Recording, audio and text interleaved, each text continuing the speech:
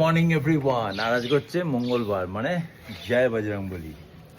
Good morning everyone. আমি স্নান করে আসছি আর দেখি কুনাল দিদার সাথে গল্প করছে। তো দিদা কি বলেছে বলো? দিদা সকাল সকাল ফোন করে। দিদা বলছে তোমাদের ওপেনিংটা দেখলাম, খুব খুশি হয়েছি, আর অনেক মানুষও এসছে। না, সেরমভাবে তো কাউকে বলতে পারিনি, আমি জায়গা দিতে পারবো না বলে আমরা অ্যানাউন্স করিনি, সেই জন্য। তা যাই হোক, যারাই এসছে তারা মোটামুটি আমি ম্যানেজ করে নিয়েছি আমরা। দিদা বলছে যে আমি তোমাদের দেখে খুব ভাল লাগে, সোনালি কুনাল যেন সারা জীবন এরকম থাকে, আর আরও বড় যেন একটা স্টোর হয়, শোরুম হয়, বড় শোরুম। হ্যাঁ, সেটা আমি চাই। আর বললাম, তুমি চাইছো যখন, নিশ্চয়ই ভগবান দেবে। আর তুমি আশীর্বাদ করো, সোনালি যেন সবার ভালোবাসা যেন পায়।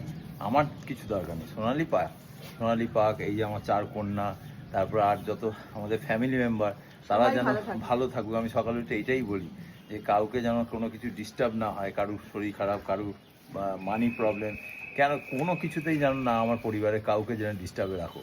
মহাদেবকে সবসময় বলি, এমনকি দিদাকেও বললাম, দিদা তুমি তাড়াতাড়ি সুস্থ হও। তোমার সাথে তোমার যেই স্বপ্নটা ছিল যে একদিন বসে কফি হাউসে খাবো আমরা 3 জন মিলে, তা সেটা আমরা নিশ্চয়ই যাব। দিদা এখন বলছে মোটামুটি একটু শরীরটা, মানে এত ওষুধ ডাক্তার দিয়েছে, পার ডে যদি 30টা করে ওষুধ খায়, বলছে 2 দিন খুব খারাপ ছিল, আজকে শরীরটা আবার ঠিক আছে। ভালো হয়ে যাবে, দিদা ভালো হয়ে যাবে।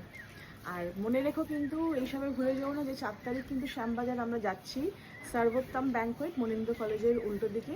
আর আমাদের টিমে যারা যারা ছিল সবাই সবাই কিন্তু আছে। সবাই থাকছে। তো 2টো থেকে রাত্রি 8টা অবধি সবাই